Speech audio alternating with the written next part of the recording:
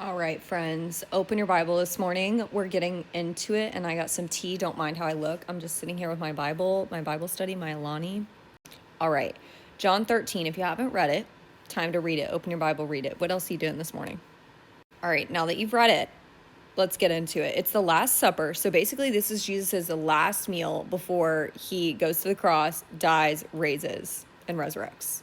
All right, now that we have that covered, he's also washing the disciples' feet. So one of the last acts that he does at the Last Supper is washing their feet. And basically he's saying, you need to serve others as I've served you, and you need to love others as I've loved you.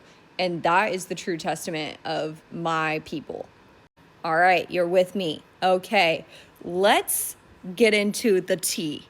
If you knew today was your last day alive here on earth, what would your Last Supper look like? Okay. Who would you invite? What meal would you serve? Where would you host it? And what would be your final prayer at the end of that meal?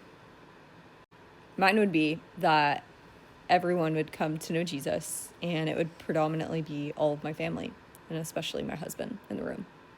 Obviously, my husband knows Jesus, but not all of my family does. And along with that prayer, it would be not only that every single one of my family members comes to know Jesus, but it would be that God uses the platform that I've had over the last 2 years and uses my life to bring others to know Jesus. And that this all would just be not for waste, but for his gain.